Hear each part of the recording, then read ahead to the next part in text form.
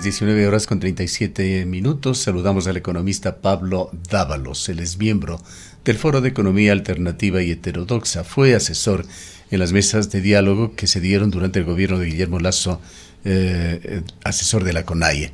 Quisiéramos, con su experiencia política, su visión política y su visión, por supuesto, profesional como economista, Dávalos, conocer su punto de vista sobre lo que sucedió en esta semana en la capital de la República, más allá de los hechos puntuales causados por la falta de agua, la sequía, los incendios.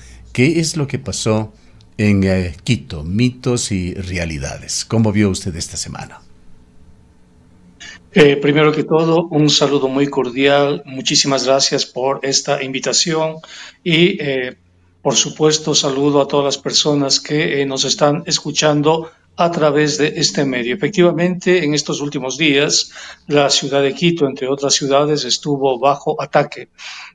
Los incendios, al parecer, y de conformidad con información oficial, fueron provocados, lo que suscitó efectivamente que aquí en Quito el ambiente político, porque además Quito es una ciudad muy política, es una ciudad donde absolutamente todo se lo ve al trasluz de la política, donde todo se contextualiza, donde se habla de política en las mañanas, en las tardes, en las noches. Era absolutamente normal que estos incendios sean puestos en esa trama de la política. Pero sin embargo, hay otra trama que no ha sido convenientemente analizada, que es la trama del capital inmobiliario. Muchos de esos bosques eran bosques nativos, bosques protectores que tenían la presión del capital inmobiliario por el desarrollo de proyectos inmobiliarios y que ahora, al no existir ya el bosque protector, ya no existe en consecuencia el argumento de defender el bosque protector. Es decir, hay varios vectores, varios intereses, pero como Quito es una ciudad política y el ambiente estamos en preelecciones, esto se inscribió dentro de esa trama de confrontación política. Y fue una trama muy fuerte, fue una trama muy intensa, creo yo que en dos sectores, el correísmo y el anticorreísmo. Pero la ciudad de Quito vivió, creo yo, por fuera de esa trama. La ciudad de Quito vivió con absoluta preocupación. Tuvimos que quedarnos en casas con los niños que no pudieron ir a la escuela porque el ambiente se hizo prácticamente irrespirable, estaba muy tóxico, ¿no? Los ciudadanos de Quito, más allá de esa confrontación correísmo, lo que trataban de hacer es ser solidarios, resilientes, tratar de ubicar información y sobre todo me he dado cuenta que para muchos sectores, sobre todo en especial jóvenes, ya esta disputa correísmo y anticorreísmo no les convence mucho, si se quiere. Para ellos es algo absolutamente indiferente. Simplemente pasaron de lado por esa disputa y trataron de ver información real y trataron de ver cómo podían ayudar dentro de esa información no sé, con cualquier gesto que se podía darse, ¿no? Eso se vivió en la ciudad de Quito, fue un ataque, no sabemos quién nos atacó, pero hay que rescatar también el Ahora, papel de las autoridades. de las redes sociales en las cuales se puede investigar mucho, ¿no se han hecho ejercicios para saber si fueron troles o si se definen por lo menos por edad, sexo, grupos etarios? ¿No se han sacado deducciones un tanto, digamos, objetivas sobre quiénes estuvieron en esta especie de mensajes y de ataques? Porque allí eran atacados diversos grupos políticos, como lo hemos señalado en la introducción, así como el alcalde de Quito, que fue blanco también, tanto de campañas a su favor como de fuertes críticas.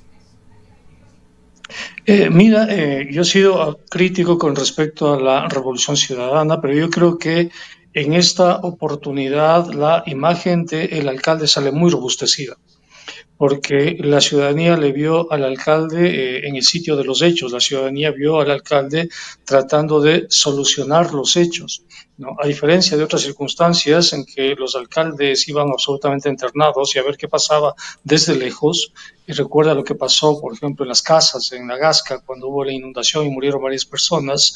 Esta vez se puso un puesto de mando muy cerca de la zona más conflictiva y la ciudad vio eso. Entonces, más allá de lo que digan las redes y del ambiente tenso, yo pienso que esta coyuntura le ha favorecido mucho al alcalde Pablo Muñoz, ha fortalecido muchísimo su imagen, ¿no? Porque la ciudad lo vio ahí, lo vio gestionando la crisis, tratando de resolverla, y también a otras entidades. Fíjate tú, por eso inmediatamente el presidente de la República sale de sus vacaciones en Estados Unidos y viene al Ecuador para también tratar de ponerse al frente, si tú quieres, ¿no? Porque al frente estaba el alcalde de Quito y el alcalde de Quito se llevaba todos los reflectores, el alcalde de Quito marcaba la pauta de esa disputa política. Por eso era impensable suponer siquiera que el alcalde de Quito y el partido del alcalde de Quito tendrían algo que ver, Ahora, ¿no? Pero ya te economista digo, Dávalos, en cuanto a la hipótesis de que los incendios fueron provocados, estos no pueden ser fácilmente descartados por la coincidencia y los lugares geográficos en los que se dio, reiteramos, de una forma coincidente. Pero de allí a que se hayan provocado incendios por intereses o por rivalidades políticas es ya otra historia. Usted ha sugerido, sin embargo, otra hipótesis que sería por intereses inmobiliarios, es decir, entenderíamos que es una intención de quitarse el estorbo de bosques que son parte del cinturón verde de la ciudad. ¿Cuál de estas visiones es la que mayor sustento tendría? efectivamente, ese es un vector, por ejemplo, que no ha constado en el debate y que es muy funcional a las empresas inmobiliarias.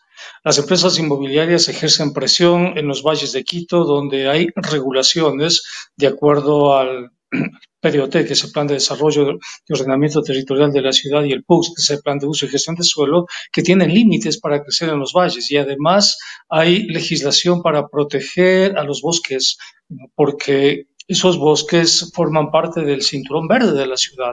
Pero justamente, fíjate tú, se atacan justo así las zonas donde hay presión inmobiliaria.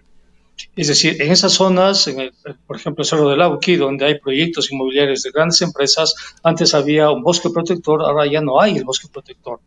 Ahora ya de pronto las empresas que presionaban por la expansión inmobiliaria ahora ya tienen un argumento a su favor. Y es el hecho de que al no existir un bosque protector, entonces se pueden conceder las respectivas licencias de construcción. Entonces, creo yo que hay muchas explicaciones. No significa esto en absoluto que ya estén detrás de eso, simplemente es un efecto colateral de lo que ha pasado. Puede ser producto también de actos criminales, de gente que no pensamos, pero ¿Qué lo que sí lectura? parece generar, sí, ¿Qué sí. lectura le ha dejado a usted, economista Dávalos, las personas sospechosas que fueron denunciadas, que fueron detenidas, unas liberadas, otros, sobre todo un joven que se le encontró, me parece, que con un galón de gasolina que decía que lo llevaba para sus necesidades tan frecuentes ahora? No es nada extraño encontrar a un ciudadano comprando gasolina, ya sea para un motor eléctrico, para cualquier tipo de equipos, ahora que no tenemos energía eléctrica o la tenemos con escasez. Pero ¿qué tan convincentes fueron esas detenciones o hay sospechas de que simplemente son chivos expiatorios para justamente tratar de sustentar estas teorías? Sí, hasta ahora de lo que se sabe no existen pruebas contundentes contra esos ciudadanos. Se están convirtiendo más en víctimas propiciatorias, en chivos expiatorios ante la necesidad de saber quién fue, por qué lo hizo. Son actos criminales, eso es definitivo, son actos intencionales. Eh, porque un incendio de esas características no se produce al menos de una forma tan simultánea y en sitios estratégicos, si tú quieres. La ciudad estuvo bajo ataque en esa circunstancia. Pero allí Actuaron surgiría, las y autoridades. perdóneme una pregunta muy coloquial, surgirían esas preguntas, me parece que están en las obras de Sherlock Holmes, la clásica pregunta de un investigador: ¿y quién se beneficia con esto? Directamente se beneficia en el sector inmobiliario, es el más beneficiado. La trama política en Quito es todo, aquí todo es política, aquí si llueve mucho, finalmente y hay inundaciones, eso va a Claro. ser puesto en una Y trama las teorías política. de sabotajes han sido frecuentes en el gobierno. Recordemos la salida de una ministra de Electricidad. Recordemos que ahora la presa de Mazar tiene un importante dote de policías y militares que se suponen están coadyuvando la producción de energía. En varias ocasiones, por diversos motivos, el gobierno ha denunciado sabotajes. Que finalmente no tienen ningún responsable, salvo chivos expiatorios, y que dan cuenta de la incapacidad del gobierno para resolver problemas concretos. Lo que tenía que hacer el gobierno es invertir en generación eléctrica, y el gobierno nunca realizó ninguna inversión en generación eléctrica, y los datos están ahí. En apenas lo que va del año, la inversión pública del gobierno central llega a 70 millones de dólares, ¿no? Y eso es mínimo para las enormes necesidades que hay. Pero es verdad, el gobierno siempre ha tratado de justificarse a través de la búsqueda de chivos expiatorios para ofrecer un sacrificio ritual a la sociedad y proteger su imagen, de tal manera que esa imagen se mantenga, si tú quieres, con muchas posibilidades para las próximas elecciones. Con eso la ciudadanía piensa que fue la ex ministra de Energía la que no le contó la verdad al presidente, o que esto ya provenía de otros gobiernos y el presidente no tiene la culpa del estiaje, el mayor estiaje en 60 años, según las palabras del gobierno, etcétera.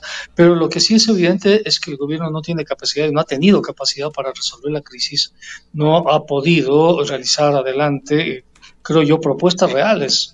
Entonces, la búsqueda de chivos expiatorios se está convirtiendo en este momento en parte de la política nacional. Cualquier cosa que sucede, simplemente se echa la culpa. Lo más fácil es ponerla dentro del dispositivo correísmo y anticorreísmo. Entonces, si le ofrece correísmo y anticorreísmo, y eso nos impide ver otras circunstancias. Por ejemplo, en el caso de los incendios, hay un factor real que es el capital inmobiliario que ejerce presión sobre determinado tipo de terrenos. La municipalidad ha resistido esa presión, y fíjate tú que ahora justamente esos terrenos donde había mayor presión son los que se quemaron. Ya no hay bosque ahí, se quemó absolutamente todo, ¿no? Hay que volver a plantar árboles en ese sector, pero eso puede significar que estas empresas que ejercen presión inmobiliaria puedan retornar y puedan decir, bueno, ya no hay bosque, en consecuencia solicitamos licencia de construcción. Entonces, fíjate que hay otros elementos que van mucho más allá de la trama correísmo y anticorreísmo, y que son más plausibles incluso, ¿no? Pero obviamente sin generar culpabilidad ninguna, ni convertirlos tampoco en chivos expiatorios, sino para responder tu pregunta, ¿a quién beneficia esto? El tiempo no es muy largo en este diálogo, en este espacio nocturno. Economista Dávalos, si no quisiéramos dejar de tratar algo sobre el tema de la economía.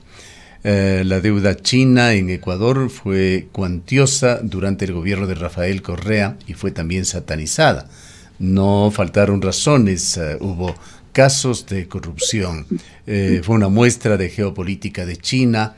Se amarró esta deuda a varios proyectos que tuvieron graves problemas, entre ellos Coca-Cola Sinclair. Se tradujo esta deuda también en altos intereses o en la pignoración de petróleo a altos costos y a negocios inconvenientes para el país. Estos son los antecedentes. Sin perjuicio de que usted pueda refutarlos si es que fuera del caso, yo quisiera preguntarle actualmente qué hace en esta semana el ministro de Economía y Finanzas, Juan Carlos Vega, en la China, dialogando con empresas financieras. Se ha señalado, y esto en informaciones oficiales del propio Ministerio de Economía, que Juan Carlos Vega tenía reuniones con su homólogo chino Lan Foan y con los presidentes de 3 importantes bancos de China, algunos de ellos que tuvieron estas experiencias financieras con Ecuador, como el China Exim Bank o el Banco Popular de China.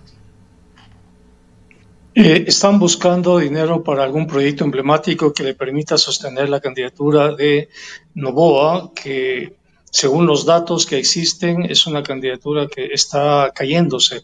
Entonces, para evitar la caída y para entrar en el escenario electoral con algo, decirle al pueblo ecuatoriano, mira, he contratado este proyecto, qué sé yo, hidroeléctrico, cualquier tipo de proyecto de construcción con China que nos va a dar a una tasa de interés, y ahora sí lo vamos a hacer de manera responsable, transparente, todo lo que tú quieras, pero necesita mostrar algo a la sociedad ecuatoriana, porque no tiene absolutamente nada.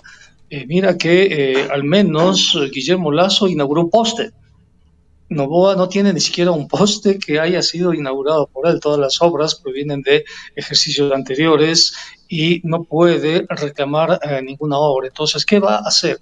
Va a negociar con China que tiene además enormes niveles de liquidez, un crédito que para China será mínimo, pero que al país le puede significar una obra, porque los créditos con China son para obras, a diferencia de los créditos del Fondo Monetario Internacional, que no son para obras. Los créditos del Fondo Monetario son solamente para cuenta corriente, para reserva internacional. En cambio, los créditos de China están atados a obras. Más lo bien, hay una obra ahí. Y finalmente uno paga ese crédito, pero se queda la obra en el país, pues. Eso pasó con Codo Sinclair. Tenemos ahí un crédito, pero también tenemos una central hidroeléctrica que en este momento nos está ayudando a resolver la grave crisis energética.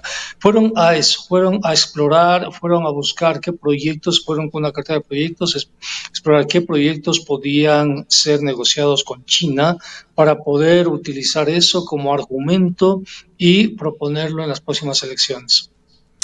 Eh, ¿Cómo ve usted la situación económica del país? Quisiera recordar que el presidente Noboa hace muy poco, no más de 2 semanas, ofrecer, y entendemos que se ha concretado ya legalmente, también un subsidio al consumo eléctrico para consumos de 180 kilovatios o menos en diciembre, enero y febrero. Señaló que esto lo puede hacer Ecuador porque se ha estabilizado la economía. Y por otra parte vemos a un Ministerio de Finanzas que funciona con un puño bastante cerrado. Debe al IES, debe a proveedores del Estado. Todavía no hay un buen cumplimiento y desempeño del Estado en este sentido. Y la ejecución presupuestaria en los distintos ministerios y entidades del Estado sigue siendo extremadamente baja. Y eso tiene que ver con el CERCOP. El CERCOP es un impedimento para poder realizar cualquier tipo de gasto.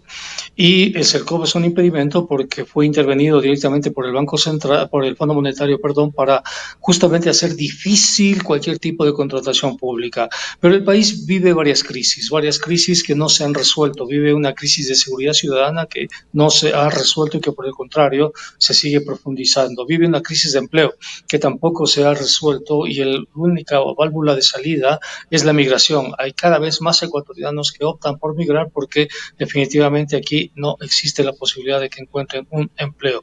Vive una crisis energética. En este momento hay muchos modelos de negocios que no pueden desarrollarse porque no tienen electricidad, ¿no? y además incurren en pérdidas enormes y nadie puede asumir esas pérdidas. Vive una crisis del sistema educativo, vive una crisis institucional. La Fiscalía, por ejemplo, ha demostrado ser parte del problema y no de la solución. La Policía Nacional también ha demostrado ser parte del problema. Y las exportaciones están contaminadas de droga y la Fiscalía no hace absolutamente nada ante eso. Entonces son varias crisis en este momento que dan cuenta que hay un Estado fallido, que hay un Estado que no puede otorgar seguridad ciudadana, el derecho a la vida, el derecho al empleo a los ciudadanos. Y es ese Estado fallido, es ese contexto el que le va a pasar la factura al presidente Noboa, porque el presidente Noboa tenía la oportunidad de empezar a salir de ese Estado fallido al que nos condujo Lenín Moreno y Guillermo Lasso, pero lamentablemente el presidente Noboa profundizó en ese Estado fallido y eso se va a demostrar en las urnas, creo yo. El ciudadano está absolutamente cansado de lo que está viviendo y necesita un retorno del Estado. Aquellos partidos, aquellos políticos que le prometan al ciudadano el retorno del Estado, que le prometan el retorno de la institucionalidad y un borrón y cuenta nueva, probablemente esos partidos políticos van a tener ahora el favor de ciudadanos. Ciudadanos ya no creen eso del correísmo y anticorreísmo, eso quedó para ciertas redes sociales que se han enclaustrado en eso, creo yo, pero ya los ciudadanos están buscando otras alternativas, otras respuestas y están exigiendo a los políticos que den esas respuestas porque la situación es muy grave, la situación es muy difícil para muchísimos ecuatorianos. Toda esta problemática que raya, como usted dice, con un país con muy serios problemas, tienen que ver directa e indirectamente con la situación económica del Ecuador. Efectivamente. Fíjate lo que la entrevista que tú tenías hace un momento con el alcalde de uno de los cantones de la provincia del Azuay, que decía que ahora está perseguido por la fiscalía por no dar paso a una empresa minera. O sea, esto da cuenta del enorme nivel de desinstitucionalización que existe. La Fiscalía no puede perseguir a un funcionario, y menos aún si es de elección popular, por defender los derechos consagrados en la Constitución. Pero eso pasa con la Fiscalía. La Fiscalía en este momento se ha puesto de espaldas a la sociedad y en función del tablero político. Todas sus juzgadas están hechas en función de intereses políticos concretos. Y eso ha determinado que esta institucionalidad tan importante como la Fiscalía pierda legitimidad, pierda credibilidad, porque se ha politizado y el país va a ante esta exigir, situación ¿no? de Estado fallido que usted señala, economista Dávalos, y ya para terminar, quisiera preguntarle, ¿qué de bueno ha hecho el gobierno de Daniel Noboa en su criterio? Eh, Lo más importante, creo yo, fue que llevó adelante una consulta popular en donde le prometió al país luchar en contra del crimen organizado y el país le entregó la confianza para que el presidente pueda luchar en contra del crimen organizado, pero lamentablemente ha sido un fracaso hasta el día de hoy. Si uno se pone a investigar en qué aspecto ha sido realmente bueno, qué es lo bueno que ha hecho, por ejemplo, el caso de Lasso, Guillermo Lasso. Guillermo Lasso hizo una cosa extraordinaria que es la vacunación. Le podemos decir de todo, pero hay algo bueno en Guillermo Lasso, aparte del poste que inauguró, es la campaña de vacunación que concitó el apoyo de los ciudadanos. Pero cuando regresamos a ver a Noboa y tratamos de encontrar algo que justifique, algo que sirva, y lo único que podemos apreciar es una especie de lasitud, relajamiento, banalidad, si tú quieres, porque no hay nada. Absolutamente nada, más No allá coincide de usted con ciertos esos pronunciamientos de criterios, redes, además pero no hay. pregonados frecuentemente por el gobierno, de que ha logrado estabilizar la economía o las finanzas estatales. Las finanzas no necesitan estabilizarse, tienen mecanismos correctores de estabilización. Lo que el presidente tiene que hacer es resolver las crisis, la crisis de seguridad, la crisis de empleo, la crisis energética. Eso tiene que resolver. Entonces, decir que hay estabilidad en un contexto donde siempre ha habido estabilidad. ¿Y por qué hay estabilidad? Porque tenemos la dolarización. La dolarización nos otorga un entorno de estabilidad. No ha habido inestabilidad en la economía ecuatoriana. La inestabilidad que hay es política. Pues si tú te pones a ver, vas a ver una estabilidad fuerte. Los bancos, sigue creciendo la cartera de los bancos, ¿no? Hemos visto que haya problemas en la cartera de los bancos, igual las cooperativas. La dolarización se mantiene firme. Entonces, no nos puede decir algo que ya tenemos, algo que ya existía. Necesitamos, y los ecuatorianos, respuestas concretas. Y al no existir respuestas concretas, ¿por qué no tiene tiempo? Por eso viajo a China, para ofrecer algo, Bien. para venir con algo y decirle al país que algo va a El tiempo hacer. se nos, Tiene apenas 5 meses. En 5 meses no puede hacer absolutamente el nada. tiempo se nos ha Yo creo que ya agotado. las cosas Queremos están agradecerle dadas, por haber ¿no? estado con nosotros en esta noche, economista Dávalos. Muchísimas gracias. Hasta una próxima oportunidad. Declaraciones del economista Pablo Dávalos, es miembro del Foro de Economía Alternativa y Heterodoxa, fue asesor de las mesas de diálogo de la CONAIE cuando se dieron graves incidentes en el país por el intento de elevación en el precio de los combustibles de ese gobierno. Cuando son las 20:01, finalizamos este noticiario, agradeciéndoles por su atención, invitándoles a continuar en nuestra sintonía y esperamos tener un nuevo encuentro con ustedes el día de mañana en nuestros noticiarios. Transformar la tierra para mejorar vidas. En Graiman somos expertos en color, resistencia y